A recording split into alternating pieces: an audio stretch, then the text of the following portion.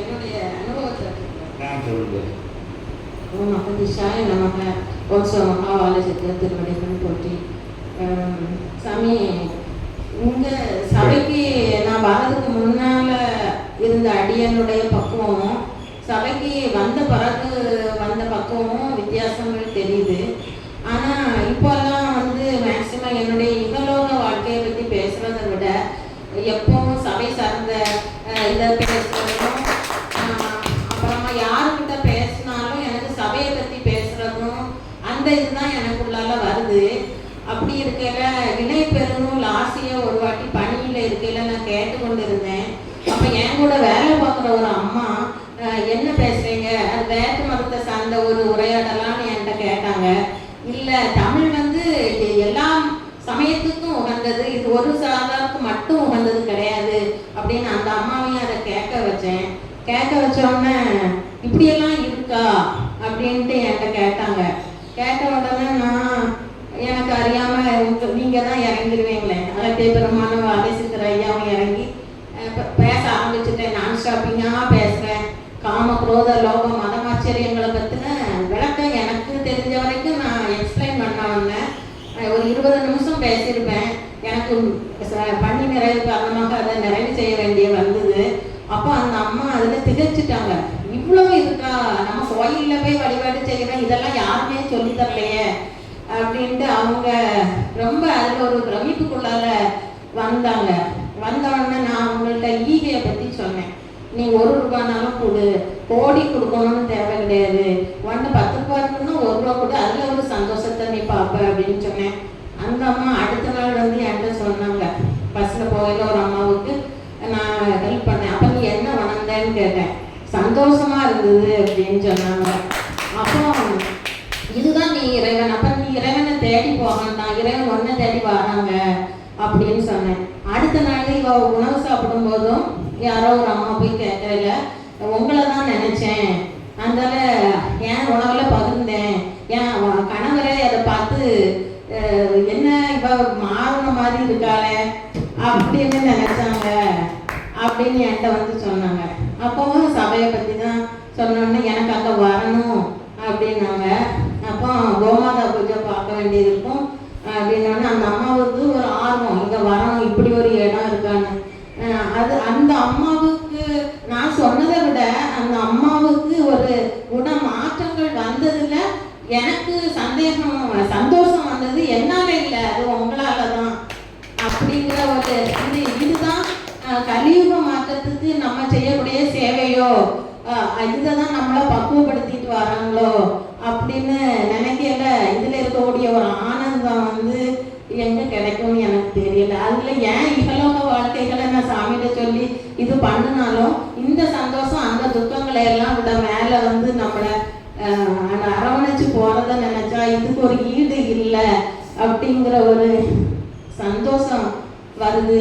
இனியும் எனக்கு எதை பற்றியும் இல்லை, என்னுடைய இதுவும் என்னால் முடிஞ்ச 4 பேரை திருத்தணும் அப்படிங்கிறது தான். ஒரு இளைஞன் ஒரு பைக்கில் இன்னொருத்தவங்க எனக்காக வேண்டி சண்டைக்கு போகிறான்.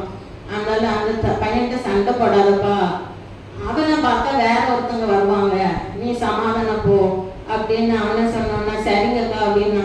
அப்போ மனிதர்கள் பெரிதாகவும் சண்டையை உருவாக்கலாம், சமாதானமாகவும் கொண்டு போக முடியும். இந்த மாற்றங்கள் எனக்கு இந்த சபையிலிருந்து கிடைச்ச ஐயாவுனாலையும் அகத்திய பெருமானும் என்னை வழி நடத்துறாங்கிறது தான் என்னுடைய நம்பிக்கை. இன்னும் என்ன வழி நடத்தி பக்குவப்படுத்தணும்னு உங்க திருப்பாதங்களை தொட்டு கேட்டுக்கொள்கிறேன். அகத்தியமே ஜெயம்.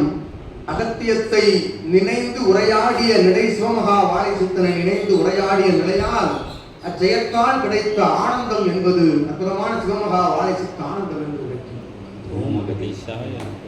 உரைத்தாய். அற்புதமாய் ஆதி இறை சூட்சம நூல் என்பது இதுதான் என்று கூறுகிறது. சபையை முழுவதுமாக முதல் நிலையில் ஏற்றுக்கொண்டு இகலோகத்தில் ஒரு பணி நிலையில் வளம் வந்த பொழுதும் தன்னை தான் காண்கின்ற ஒவ்வொரு நபரையும் உரையாடல்கள் தன்னுடைய பணி நிமித்தமாக உரையாடிவிட்டு இறுதியில் அவர்கள் கேட்கின்ற ஒரு வினாவிற்கு உள்ளுக்குள்ளிருந்து இருந்து வருகின்ற விடை என்பது சுற்றி சுற்றி அது ஆதி கைலாய இறை சபை சுற்றிதான் வரும் என்று அகத்தியன் உரைக்கின்றது.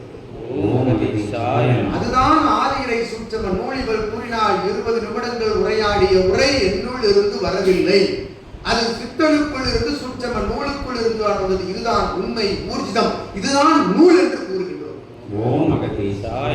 எதிர்வாதம் புரிகின்றவர்களுடைய மறுவாதம் எழாதவாறு, மறுவினா எழாதவாறு அத்தகைய வினாவிற்கு ஒட்டுமொத்த வினாவிற்கும் ஒரே விடையாய அத்தகைய விடை அது எது உண்மையான ஞான விடையாக பகிரப்படும், அது நூலில் இருந்துதான் என்று உரைக்கின்றோம். அது எங்கிருந்தும் கற்றுக் கொடுக்கப்படவில்லை, எங்கிருந்தும் கற்கவில்லை, அது சிவசபையின் மூலமாக பெறப்பட்டது என்று அகத்தியன் உரைக்கின்ற உபதேச உரைகளை இத்துணை அளவு கூட வரவில்லை எனில் உரைக்கின்ற உபதேசத்தில் அது யார் உரைத்தவாறு விழலுக்கு வைத்த நீர் போலல்லவா ஆகிவிடும் என்று கூறுகிறோம்.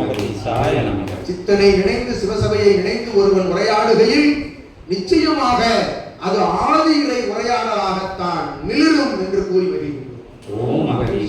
ஆகையால்தான் எதிர் வழிபாட்டு நிலைகளில் இருப்பவர்கள் கூட இவ்வுரையாடல் கண்டு மகிழ்ந்து அதிர்ந்து இந்நிலையை உற்று நோக்கி கொண்டிருக்கின்றார்கள். உரைக்கின்றோம் அகத்தியன் சிவசபை சீடர்களோடு உரையாடுகின்ற பொழுதும் சரி, இது போன்ற ஆசி நிலைகளில் சாதன நிலைகளின் மூலமாக கேட்கின்றவர்களும் சரி, உயர் ஆன்மீக நிலை கொண்டவர்கள் என்று கூறிக்கொண்டிருப்பவர்கள் எல்லாம் அது எது என்று ஆராய்தல் நிலைகளுக்குள் எல்லாம் செல்லாது அதிர்ந்து போய் இருக்கின்றார்கள் என்று கூறுகின்றோம்.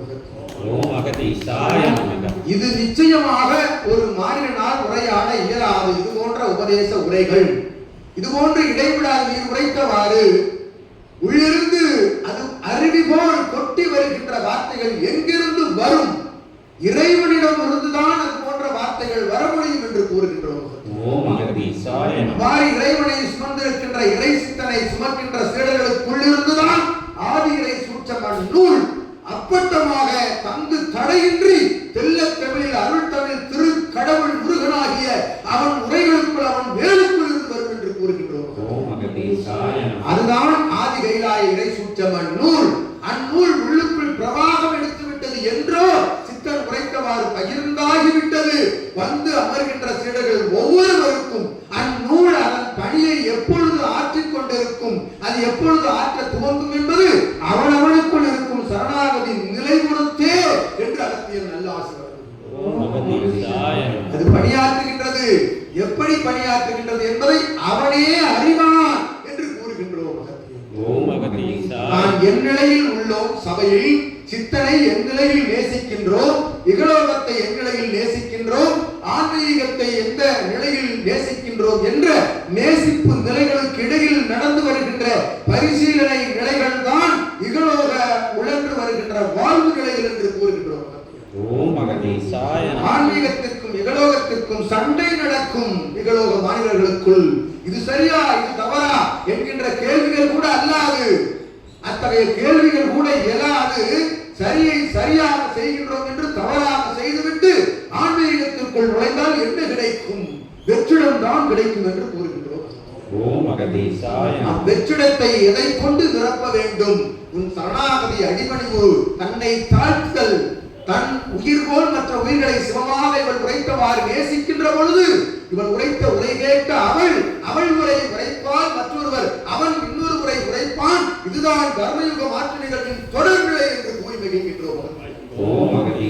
தர்மத்தை நிலைநாட்ட எத்தனிக்கின்ற ஒவ்வொருவனையும் அதர்மம் அவன் அருகில் நெருங்காது காத்து நிற்பது பிரபஞ்ச மகாசபை என்று அகத்தியன் உரை. தர்மத்தை நிலைநாட்ட தர்மயுகத்தை பரப்புகின்ற ஆதிகளை சூட்சம நூல் சுமந்து அற்புதமாக உரையாடலோடு சித்தனை சுமந்து வளம் வருகின்ற என் சீடன் ஒருவனை கூட அதர்மம் தாக்க அகத்தியன் விடமாட்டோம் என்று சூழ் வைக்கின்றோம் சபையில். நிச்சயமாக சூட்சமத்திலும் இயல்பிலும் அவனை நோக்கி வருகின்ற அத்துணை ஆயுதங்களையும் வேற இருக்கின்ற ஆயுதம் தான் சிவமகா வாழை சித்தனுடைய செங்கோல் என்று உரைக்கின்றோம்.